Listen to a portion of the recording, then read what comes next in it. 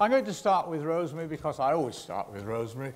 The trouble now is that the trouble with the other two guys is if Rosemary and I start chatting, we could go on for 2 or 3 hours, couldn't we? Well, we went on for, I think, was it 7 days a few years ago? We went to Colorado together, and we went up Pikes Peak and all sorts of things, so, you know.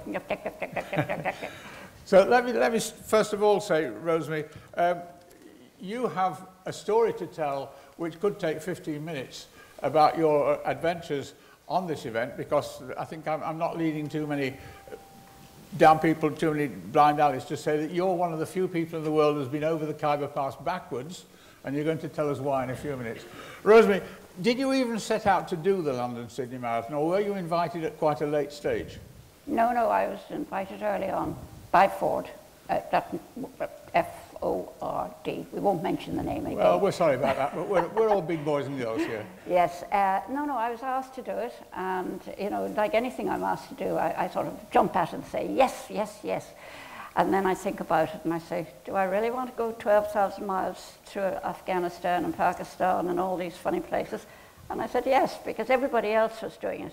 And when everybody is doing it, you know, you want to be in one of the crowd, because a lot of these boys, well, they were boys back then, when, you know, we were doing the rallies for years and years and years, and I knew them very well. So I knew a lot of the teams very well, and it was just something. It was an adventure, and why not try? And, you know, if it didn't work, it didn't work. It didn't really work very well for me because of the various things that happened along the way. And actually, I must say to you, there's a lovely man sitting in the second row there, David Harrison, and he towed us 1,300 miles through Afghanistan when we broke down. And we were one of the very last to get onto the ship, and it was only because Stuart Turner very nicely turned a blind eye to us being so late getting into Kabul that, and it was thanks to David and his co-driver, and they, you know, towed, but we didn't have a rope that wouldn't keep breaking, so it did keep breaking. And we had no heat in the car, and it was really hot during the day, but when it got dark, it was freezing. So we were sort of chopping and changing around, and I'd sit in the car with Dave in his car, and David's co-driver would, you know, steer my car, because my co-driver really, she was either manger, she wanted to manger, or she was fatiguée. So that didn't help because, you know, it was difficult. And we've had many conversations over time, bless it, but it's amazing how often you finished up with French co-drivers with whom you didn't get on. No.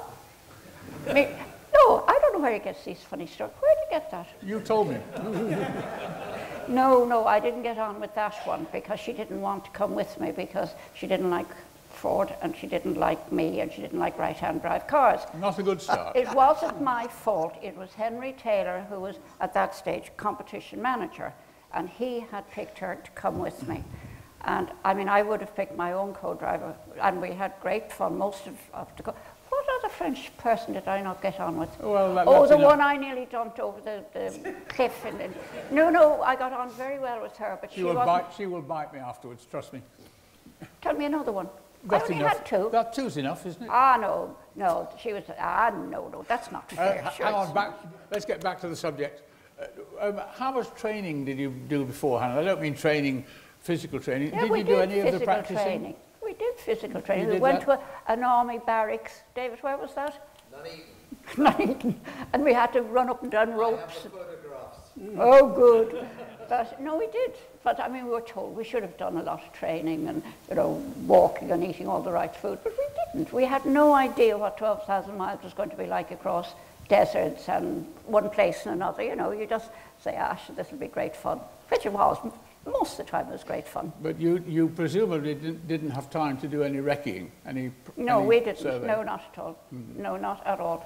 But very seldom, because she was always the men drivers went out doing the wrecking. You know, we were just sort of, you know, keeping up. I was going to say the back end, but you know what I mean. We were just, if the boys couldn't win, then we'd have photographs taken and that sort of thing. Oh, darling, when you sit on the bonnet of the car. Oh, yes, thank you. Let's change the subject and now talk to Paddy. Paddy, you, on the other hand, looked upon this event as just one of many that you were doing for BMC, British Leyland, at the time. Were you always involved in the programme? I know to my joy that quite a few of the Abingdon mechanics are up there. Hi guys, good afternoon. Quite a few of the mechanics are here. They must have worked very hard to get you ready. Yes, well, it was a different type of event. Motor racing is driving around in ever-decreasing circles, and rallying is going somewhere, but this event of actually starting in London, finishing Sydney was very attractive. And if I could just say, motorsport, without interfering with the script, motorsport is very much a team thing. And I really appreciate, we call them technicians nowadays. It's not a one-man band like Olympics.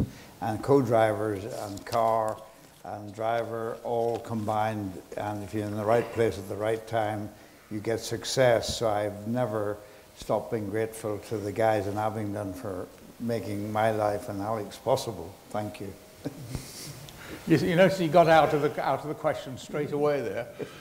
Did you do a lot of pre-event preparation yourself? Did you do any of the recceing? I can't remember if we recceed for that much. I don't think so. The second one I did 10 years later, yes, did a lot of recceing for that in Iran and what have you. But no, we didn't. We didn't have the budget then to do it, I don't think. And it was near the end of BL competitions anyway. 68, they finished in 70. So no, we didn't. It was a complete adventure, unknown adventure. It was great fun. Now, I'm allowed to ask this question now because it happened a long time ago, but how much input did you have into the choice of what car to take on the event? Well, because I'm right, am I not, that you hadn't driven 1800s on rallies before this time? No, but we hadn't, but the hydroelastic suspension, I think, was the big decision maker, because Citroën had very good suspensions. Hydroelastic was the best thing, I think, the British had as a suspension for deserts and what have you. And if I may just also say, the question of 3 or 2 men in the car was a big decision to make. And I took Alec and Tony Nash, who's sadly no longer with us. I was very glad to have 3 people. And you get to know somebody very well and locked up in a car for a long time, and we're still good friends. Which is the exactly right moment for me to hop over to Alec and say, was this the first motoring event that you had ever done with Paddy? Yes, I think we'd done the Targa Florio, but not together in the same car. Not rallying, you'd raced together. Yeah, true. So the first one with Pad. Yeah, sure. So was it you or Paddy who lost his mind when you were invited to join up? I mean, were you really honestly looking forward to this incredible event? I lost my mind because back then, Australia was a once-in-a-lifetime thing, not like kids backpacking today, but then, I think when we joined the liner, the rest of the people on the liner were 10-pound poms.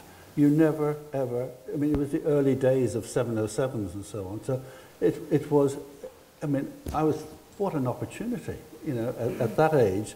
I was going to carry the thing on my back if it broke down. We were going to get to that boat. So a big adventure fantastic. for you. A big adventure for you. Absolutely. Yeah. Okay, well, Rosemary, I'll come back to you in just a moment. But Paddy, how did you and Alec and Tony Nash, how did you split responsibilities in the car?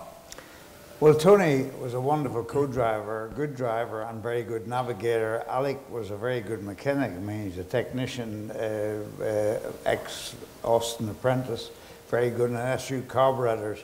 And I'm not very mechanically minded, so I wanted somebody to keep us on the right road and somebody to fix it if I broke it. And it was a good, very good combination. I mean, we were great friends at the end of the event. There were no falling outs, and I had been to Australia. I had done some work down there after I won the Monty in '64. I went down to promote the Mini in Australia, so I'd been around quite a lot of Australia, but hadn't seen the Nullarbor Desert and the outback and all that, but it was just another challenge we were looking forward to, and the suspension in the car was great, and it was beautifully prepared in Abingdon as usual. Now, Rosemary, you were and still are, you were a famous rally driver already by this time. You'd won the Tulip Rally, you'd won your class innumerable times. Did Fleet Street still treat you seriously, or were you still looked upon as the blonde dolly bird? Mostly, yes, I was. Because there weren't I think there were only 3 or 4 women's crews in the whole thing. One of the crews went 4 up. and then of course there was Jean, and I don't know whether there were any more in that. I know there were more women's crews in the London, Mexico afterwards. So just to bring it back to BMC, Abington, British Leyland, whatever it is, they prepared my car, as Paddy said, it was beautifully prepared for the London, Mexico, which was fantastic, even though Lord Stokes did say when we were leaving on the start of a 17,000-mile journey, and he said to us, well, if you girls get as far as Dover, we'll be very happy with you. So I thought, up you. We were, like Alec said beforehand, you know, I'd carry it on my back if I had to. But yeah, they did a bit. Well, I mean, I was always known as, you know, the blonde model from Dublin, you know, and I think, I mean, I had people saying to me in London before I went, oh, you want driving gloves? Oh, yeah. What have they got in Ireland? You know, they didn't even know that we had cars in Ireland, some of them. So, you know, this is the sort of thing. And, you know, why was I going on this journey anyway? But I didn't get an option as to who I would bring with me. That was the difficulty. And as Paddy said, to sit in a car with somebody who, she just didn't like me anyway. And, you know, she was a bit small and dumpy, wasn't she? But besides that, but then when we got to Milan, she was French, as I say, and she wouldn't speak any English, which I found a bit difficult because I didn't know where I was going. And then her mother came out in Milan, and she had a garlic sausage about so big and about so big, and a little knife, which she proceeded to keep peeling bits off this sausage and chewing away. Now garlic, as you know, when it gets hot, ooh, it's a bit smelly. So after, when it got really hot, I couldn't take it any longer, so I grabbed it and threw it out the window. And then I was worried because I said, oh my goodness, now she still has the little knife left. What am I going to do next? And, but we went basically in stony silence the whole way. And it wasn't good because the pistons went on our car.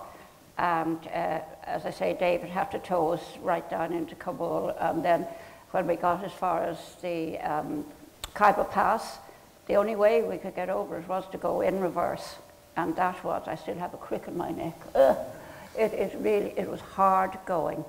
But we eventually got over it.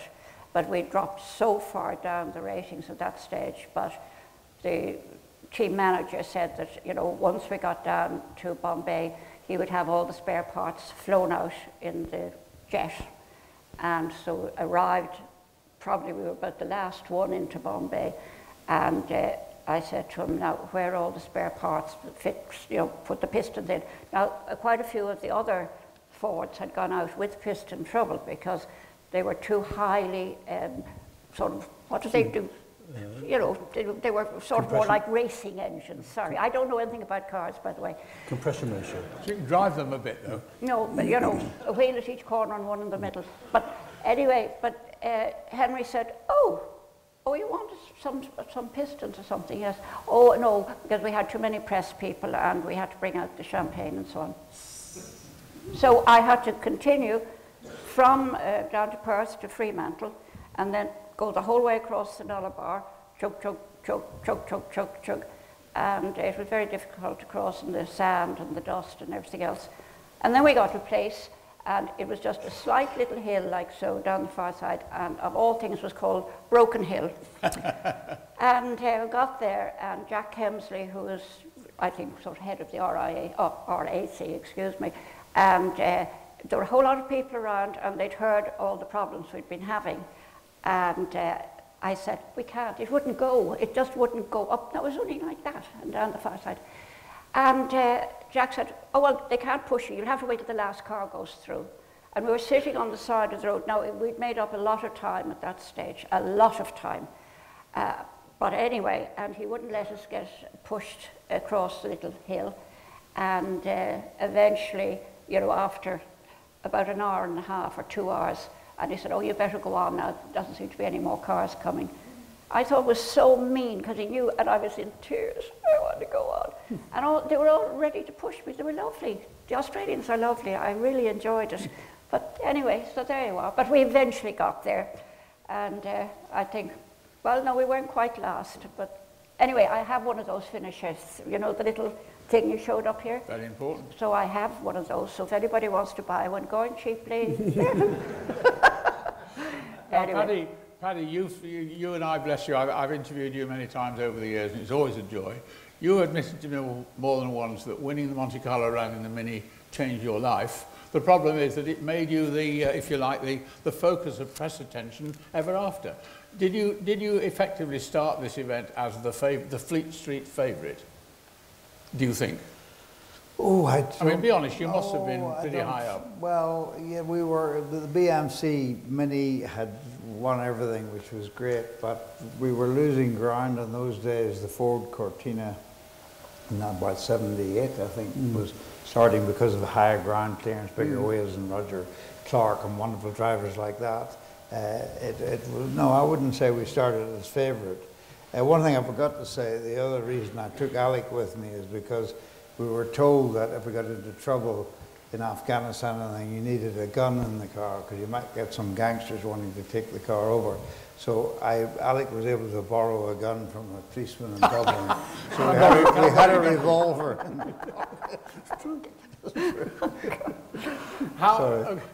How did the two of you swap driving duties? I mean, I guess you were both, we're all younger, you were both young, strong men. Did you drive for, say, 12 hours at a time or 3 hours at a time? Because, sorry to keep going. We shared it. I can't remember the actual number of hours, but I mean, we shared it.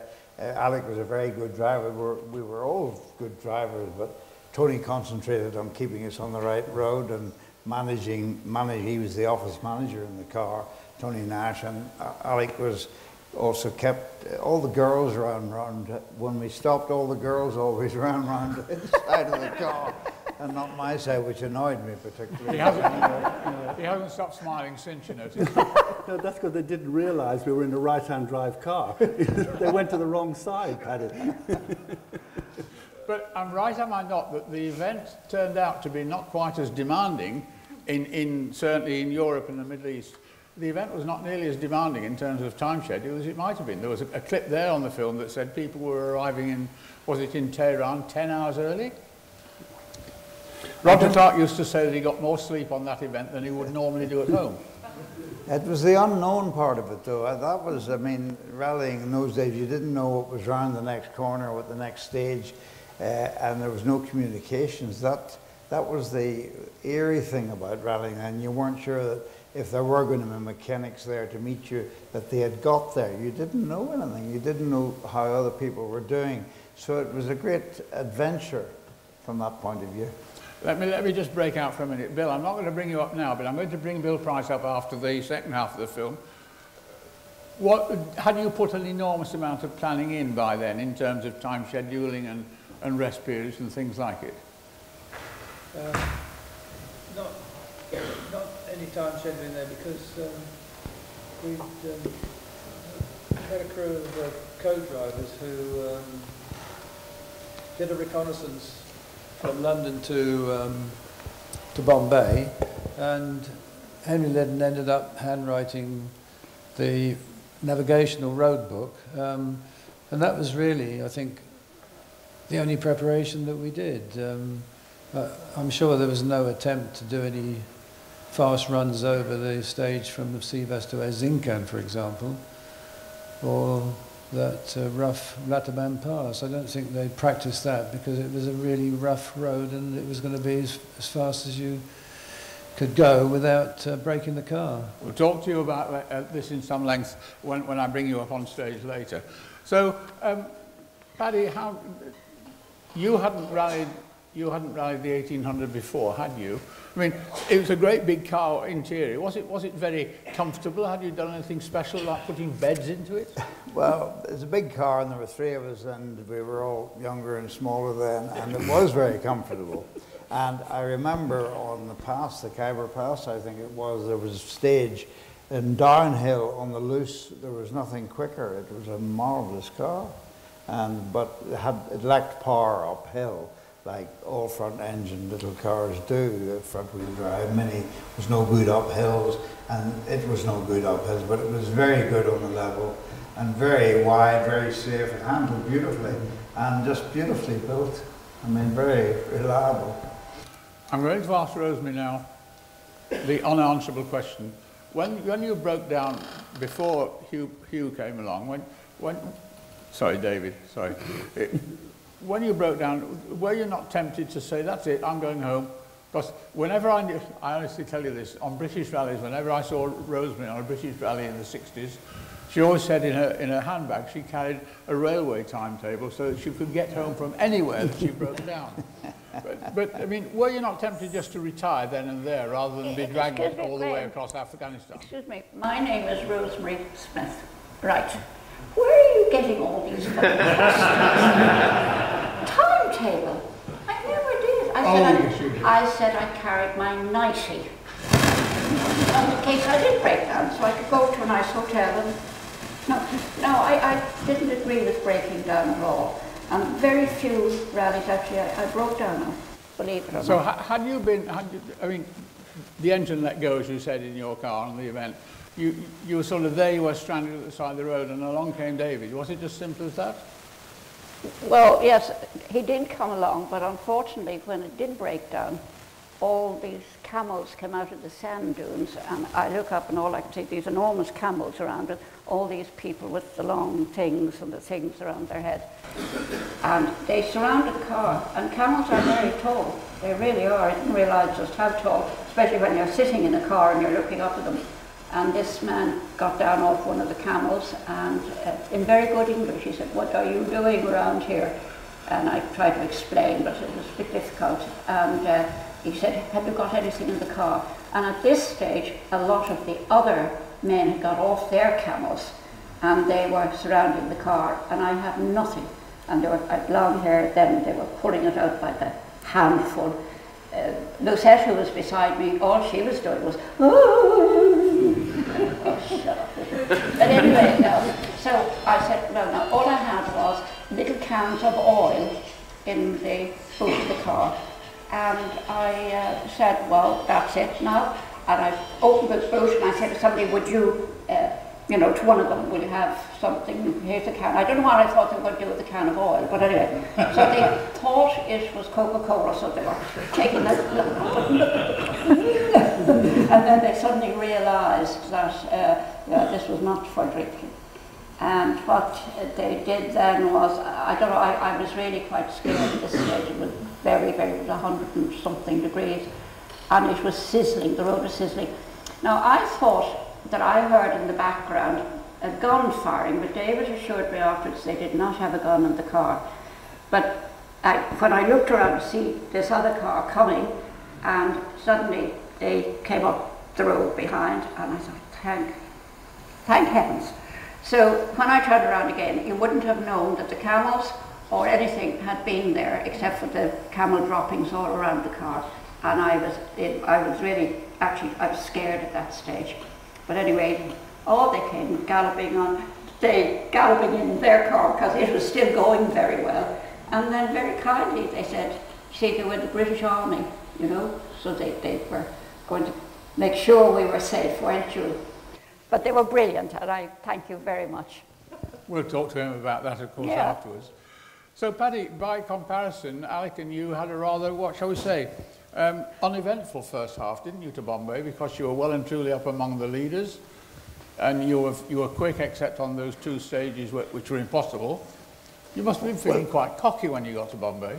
Well, being in fourth position wasn't bad, but the thing was, I do remember now very much so, and Alec will remember too, we had sirens fitted to the car on top, and the whole of India, and the population of India then was 700 million, it's about 1,100–1,200 million now, and they had all heard about the rally, and in the countryside, we were driving into an endless thing of white gowns, people that were all in the centre of the road, and you almost had to swerve the car to get them to move back, and sometimes there were policemen there with big sticks beating them back like that. And I remember when we got to Delhi, a very well educated Indian came up and said, "What do you think of our country?" And I said, "There's a hell of a lot of people here." he said, I said, "You know, what happens if we run over one of the feet or something?" He said, "He gets injured." and it was quite scary, wasn't it? We could hardly get out of the car, and we were terrified they were going to pinch bits off it. Because you could feel the car rippling with the pressure on the side, you know, and pushing in the side of the cars. Yeah. But they were very welcoming. Don't get me wrong; they were wonderful, wonderful people, wonderful. Of welcome. course, nowadays we hear all about wars and horrible things going on in Afghanistan. Presumably, it wasn't at all like that in 1968. It was a very peaceful country, wasn't it? We stayed the night in Kabul. The king closed the roads in Afghanistan. Go on. And I remember when we stopped once with a soft tire or something, there was nobody for miles. And as soon as we stopped, they came out of the ground. People came, and it was amazing. And to think we drove through that country and what it's gone through since with the wars and what have you, quite amazing. Did you, I shall come to Rosemary in a minute with an easier question. Did you, yeah, hang on. Did you have any team orders regarding the other BMC 1800s in the team, or were you just allowed to do your own thing for the whole 3 weeks? Oh, I think, Alec, we were allowed to do our own thing. Absolutely. I mean, there was no team orders. Stuart Turner, no, or was it Peter Brown? Peter Browning, by then. Peter Brown. I mean, they were both Stuart and Peter couldn't have worked for better people, fairer people. We just got on, did our job the best we could. And actually, the bit to Bombay we knew was the easy bit. The tough bit was to come in Australia. We knew that. Sure. Now, Rosemary, you were and are a little slip of a girl. Was it tiring? I mean, we're talking, what, 10 days with no scheduled sleep anywhere, but was it tiring, or were you built of the same strong stuff then as you are now? I don't know, we didn't really think about it. You know, you just have to keep going. And, you know, I knew that if I fell out for any reason, you know, then I'd get, especially at home in Dublin, and they'd say, "Oh yeah, well, women shouldn't be allowed to go on these long events." So that's it was a real spur. Go on, you've got to go on, you've got to go on. And even when it was breaking and, you know, being told all night and all that sort of carry on, it didn't dawn on me just to give up. I could have given up in Kabul, except for Stuart, as I say. I would have been out at the rally, but he waited. I didn't get into Kabul until 3 a.m. and that was well over our time. But he said no, because he'd heard of all our problems we've been having, and he said, "I didn't see you, I didn't see you," and he signed our road book.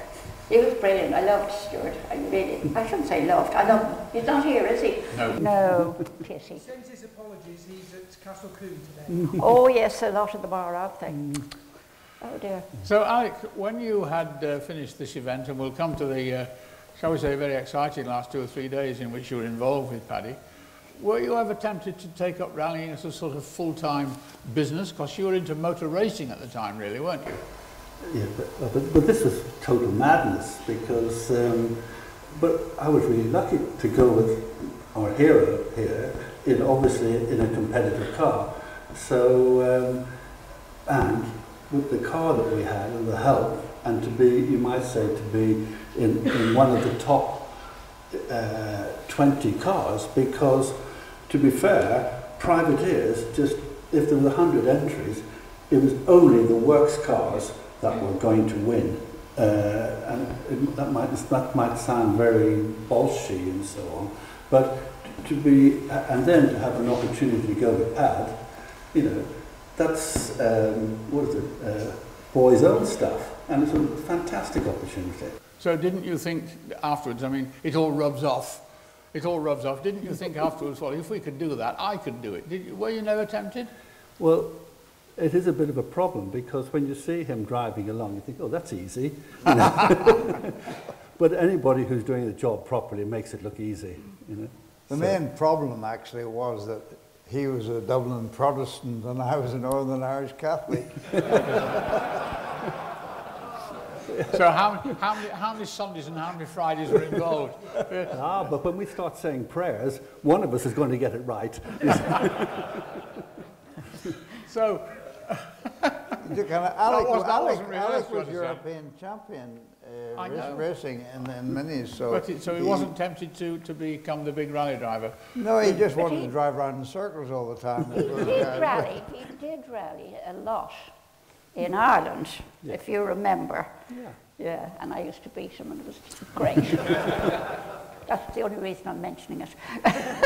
I couldn't beat him on a race course, I assure you I couldn't. Rosemary, the question I shouldn't ask you here, it's an MGBMC occasion, but I will do. You had become famous in Tigers and Imps and things, that's Roots and Chrysler cars. Suddenly, you were in a Ford. Why? I mean, had you not had a chance to do the marathon in a Hunter or something like it? No. It just didn't happen? Because Des O'Dell, that I had talked to... Des O'Dell being the team manager. He was team manager at one stage, but who was there first? Norman Garrett. Yes. And then there was Marcus Chambers. Yeah. And I knew Des used to organise everything as far as the rallies were concerned and the cars were concerned and so on. And I said to Brian Roots one time, I said, why don't you make Des team manager? Because he knows the cars, he knows all of us, and he knows this, that and the other, and he's really good, he was brilliant. And he said, yeah, that could be a good idea. So in the long run, he did become team manager, and he was excellent. He was excellent at it. And then the next thing, they were going to go Peugeot, and Andrew Cowan, he recommended that, what's her name? The double barrel name, you know, from Scotland. She went into the pond. Aiken-Walker? Louise Aiken-Walker. Yeah. She took my drive. I don't mean she took it. Des let me go and gave her the drive. So that's why I wasn't. And then when I was asked whether I would do it in the Lotus Cortina, but it was Ford of Ireland who actually made that car. It was assembled in Cork, VPI 77, and then it came back over here and it was done up for the rally. And it was grand. I mean, there was absolutely nothing with it. I mean, wrong with it. In the beginning, it was fast, and it was smooth, and there was plenty of room in it. The Cortina was quite large. But as I say, then when it started to brake and brake and brake and brake, oh! So, but at least I got to the end, and we have a pub at home in Dublin, and the man who owned it said, this was Searson's in Bagot Street, and he said, you know, sort of skeptically, he said, well, if you get the whole way to Australia, I'll throw a big party in the pub, and everybody here, all the crowd we met, you'll all be invited to it. So when I came back and the word got out that I'd actually got down to Sydney, and he said, and he kept his word, and I'd never seen so many people in a room all getting the free drinks and smoked salmon and everything else. He said, I'm not ever going to make a bet like that again. But, now, the next question to Paddy, and Alec was involved, the next question to Paddy involves the second half of the event, and we'll be seeing the film after we've had our comfort break, but I think it's important I ask Paddy these questions now. Towards the end of the event, Roger Clark had had his problems, this had happened, that had happened, and all of a sudden Paddy was in a chance, with a good chance, of winning. Suddenly you came across a scene of a rally car that had been crashed, and you effectively threw away your victory for a very good reason. Tell the story, because I think it's a very important story. Well, I'm not sure about being the reason for losing, not winning the rally. I'm sure, but you tell the story. Well, we came over a hill. It was a tight section, final section into Sydney, very tight section, loose roads, hilly. Came over the brow, and there was a Citroen of Lucien Bianchi and Jean-Claude Augier in front of us, having been hit head-on by a Mini. Really big accident. And Augier was driving, left-hand drive. Bianchi was having a sleep, and he was in the lead on the rally. I mean, he's a very good driver, yep. Team that. And the cars were locked together, and we said, oh my God, the road was blocked. Were you the first on the scene? Absolutely. We stopped, we didn't nearly run into it, we stopped, and we got out confused, and Augier was walking around in a daze, he didn't know what had happened. The two guys in the Mini, I can't remember, but they were okay. And Alec got out, and Alec rushed over and to the right-hand side of the car, non-driver's side, and tried to get Lucien out, and he said his legs either come off or but it's actually his shoe had come off, and he thought his foot had come off. Anyway, and then the he Mini, did recover, by the way. the Mini caught fire, and Alec rushed round to the back of our car, our boot, opened it up, and we had a fire extinguisher about that size, a little Brightex one or something, and he closed the bonnet of the Mini. It started to go on fire, and he squirted it in, and the fire went out. The two cars were locked together, and I went back, then turned the car around with Tony, and we went back, and we'd seen a crowd of people about a mile back or something, or even less, and we said, is there a doctor here, can you come quick? And I can't remember if the person got into our car or not, I can't remember. Anyway, we went back down. Alec was still there trying to sort things out, and eventually they got the road, pushed the car to one side, and we went on because it was a tight stage and we were already late. And I mean, it was terrible news in Sydney, because they said that BMC had sent out the kamikazes in a Mini to hit this car head on. It was supposed to be a closed road, it was a kamikaze job. It was dreadful. And then we got into terrible trouble again after that, because coming into Sydney, the New South Wales police were absolute pigs. They went right behind you, the bumper, I saw a nod from Rosemary when you said that. Dreadful. And I said it to some reporter or something, and it was in the headlines. And somebody said, I'd get out of this country fairly quick, because the police will be looking for you, having said those remarks. Do you remember? Absolutely true. Anyway, I've got one more Hopkirk story to pull out of him before I hand over again to Rosemary. In the middle of this event, from the film you've seen to the film you're going to see, there was a lull of 10 days when the surviving cars were put on a ship, a dear old ship called the Chusan, to take it from Bombay to Fremantle, which is the port of Perth. It took 10 days. The rally drivers were coming down from a high. They were, whether they liked it or not, the drivers had to be sitting on board this ship for 10 days, and it got a bit boring. Unfortunately, Paddy had to answer an interview from a television crew at one point, and they said, tell us the story. What did they ask you? well, I mean, we had a rough crossing, but we had good fun on the boat. We all had a few sherbets and a bit of relaxation. And we got into Fremantle, and somebody came up, BBC Two I think it was, came up, and just if I may say that apparently I found out later that the organiser of the Daily Express had really had a big job persuading P&O to move a ship to go to Fremantle, to go to Bombay, Mumbai as it is now, and take us to Fremantle. So the BBC interviewed me and said, what do you think of it so far? And I said, what did you think of the ship's journey? And I said, it's the best advertisement for air travel I've ever had. So I was completely... He's never managed to get on an aeroplane to Australia ever since. Rosemary, you didn't have a happy event. You struggled to the finish, but knowing you would, as you said, you'd have walked to the finish if you had to. You struggled to get to the finish. You didn't really enjoy it, did you? Well, I enjoyed the fact that I actually got there, but I didn't enjoy the whole event. No, I didn't. But it's, you know, you're talking about the police on that road going down. It was down to Warwick Farm. It was the finish of the actual event. And I said I didn't care. And each bend had 30, 40, 50, whatever the speed limit was. And I just said, I don't care what the speed limit is. So I just, when I was going downhill, it could still go quite quickly, but then once it got a little bit, so the next thing behind, and this little police car was right behind, and he came out, passed me out, and he pulled in and he stopped. And I just sat there, stopped of course, and he comes back. And you know the way the policemen put on their caps slowly and then they walk across like this. And he got, and I wound down the window and he said, oh, you're the Irish girls, aren't you? And I, yes, I am. And I started to cry. I just was so tired. And so he said, and where are you from? I said, Dublin. He said, my grandmother was from Bantry in south of Ireland.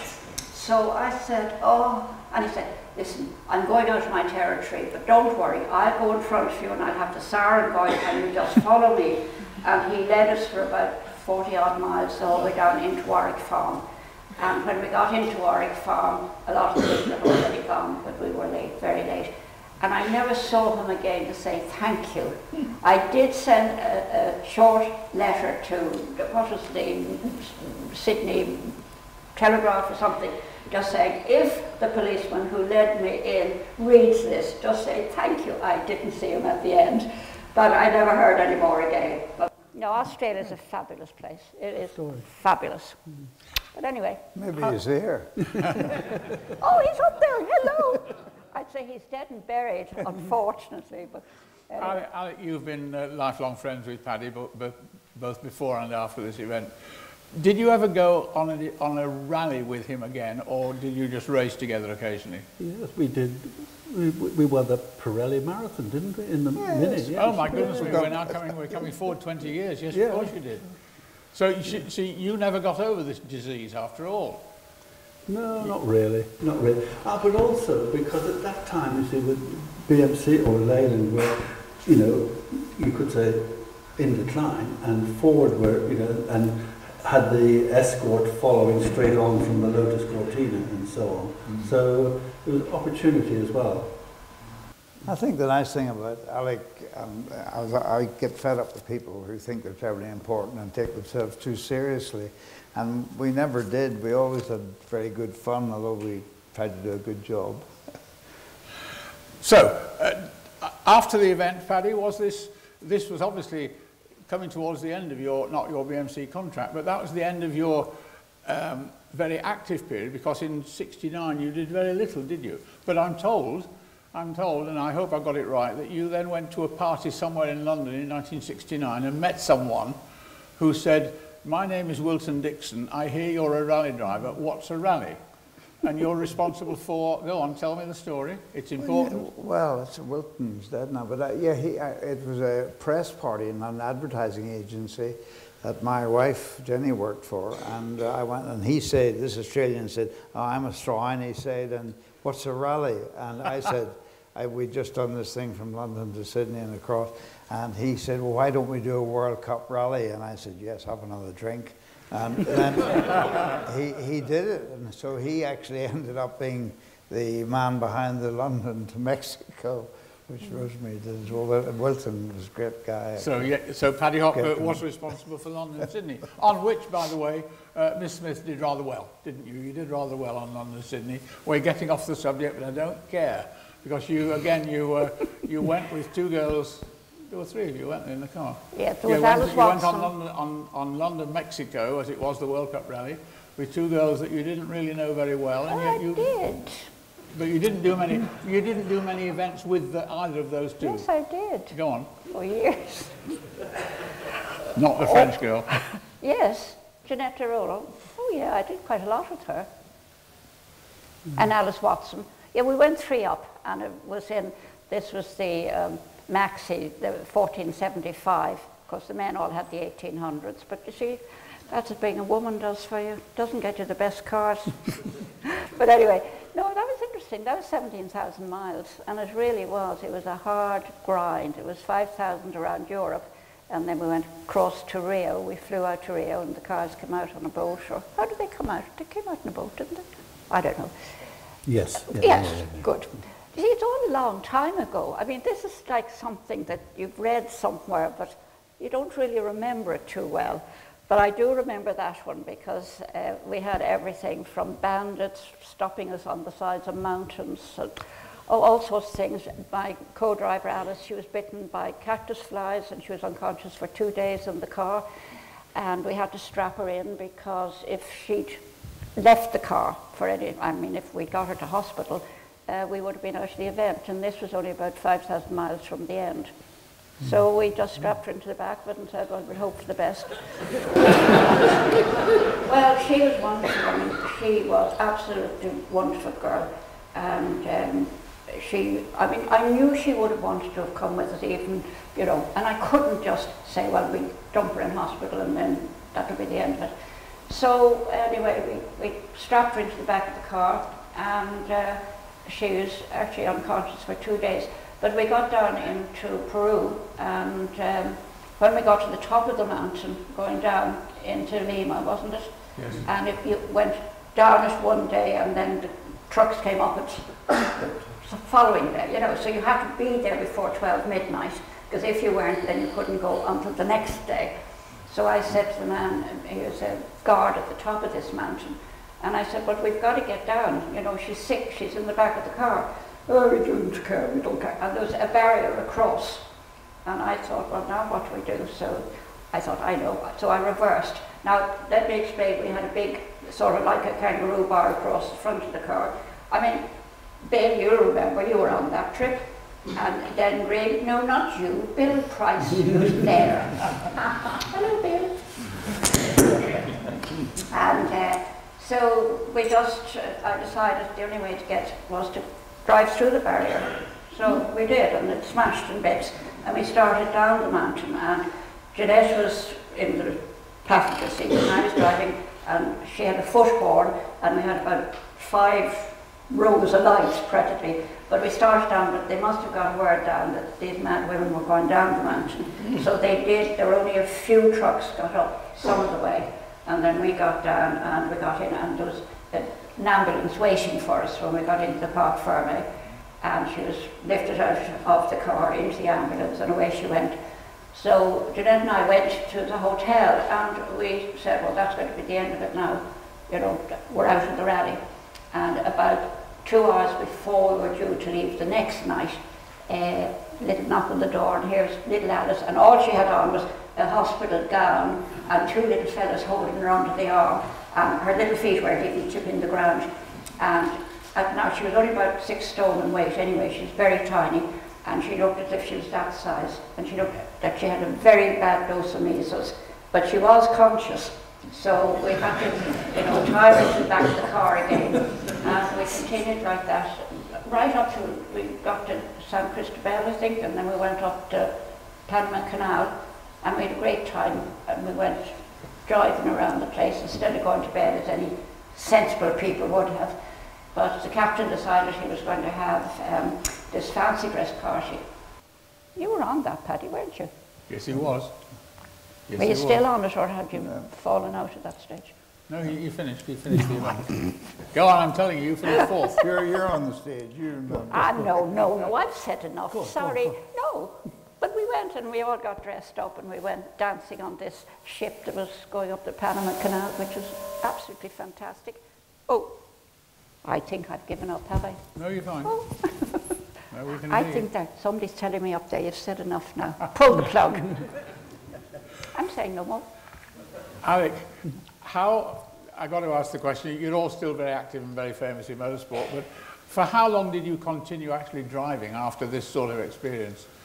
You did quite a lot of racing even into the 70s. I was lucky to go with Roger Indeed. on the London to Mexico. I wasn't about to mention what happened on that. I thought either you will or you won't. No, but I had a little bit of a whoopsie in Brazil or something where we hit another car, and, you know, when I was driving. I was going to say, who was driving? But, you know, to go back and change the subject, when Paddy was saying about we put, with Lucien Bianchi, we put in the fire out because the cars were locked together. Right. And back then, Paddy was seriously into, as well, his accessory business. Mm-hmm. And for some, because then, fire extinguishers weren't obligatory. It was a sort of an option if you want to take a fire extinguisher. And with this little chromium plated extinguisher, we put the fire out, you know. And Paddy said to me, "How the hell did you do that?" You see? And we're looking at this thing, and he said, "Let me write down the label of that," you know. And there's chaos all around. I must get the franchise, you know. You know. And we have the totally irrelevant chat, you know, when Rome was burning all around us, you know. Yeah. But when did you in fact finish up driving yourself and become the entrepreneurs you are today? No.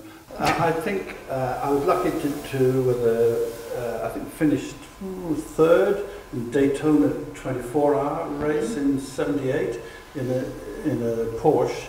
So that was about one of the last sort of serious drives. But I did odd touring car drives. You know, if say as Des O'Dell might want a third driver for something in touring cars or that sort of thing, and did a bit with Nissan or Datsun as it was then. But I suppose seriously it would have been Daytona 24-hour race, third overall in a Porsche. In a 962 or something, or 911 or 3 litre. Oh, well, you're a brave boy. Looking at each of you, I'm delighted to see that you're all so hale and hearty and still famous. Paddy, you also once said to me that if you hadn't won the Monte Carlo Rally, your life would have been very different. I mean, presumably you've enjoyed everything that's happened to you since then, including London-Sydney. But I think what I also ought to remind you to tell people right now is that instead of retiring, damn it, and he's as old as I am, instead of retiring, you're now the president of the BRDC, and therefore you're the man who runs Silverstone. Is that right? No. It is, but he won't admit it. I didn't put myself forward for the Silverstone job. They couldn't get anybody else to do it, so they begged me. Oh. And I've taken it on. And Alec put me forward as a thing, but I didn't put myself forward to the board anyway. They couldn't get anybody else, so I'm doing it. And I've been told I'm doing it for next year as well. And it's a very exciting and very honourable job. It's a charity job, though, but it's great fun. But you are president of the BRDC, and I'm delighted to see what a success. I hope the British Grand Prix was a financial success. But I'm told that the motorbikes were a washout in more ways than one. The motorbike event was very sad, but nobody's really blamed the weather. I would say mainly weather was the problem, very unusual heavy rain. The British Grand Prix was a terrific success, except Lewis didn't win it. And the thing, to put it straight to everybody they know, knows what happened. When Bernie was owned Formula One, he had a contract with the BRDC, who owned Silverstone. They are the custodians and owners of Silverstone. He had a contract to 2027, but there was a break clause at 2019. And John Grant and the board, John Grant is wonderful, ex-Ford, ex-Jaguar. He's the chairman. He's the chairman of the board. He is a very bright, he happens to come from Northern Ireland as well, and I won't hold that against him too much. So he decided with a 5% escalation clause that we're going to bankrupt the club, so they served the termination notice for 2019, i.e. we have one more Grand Prix next year.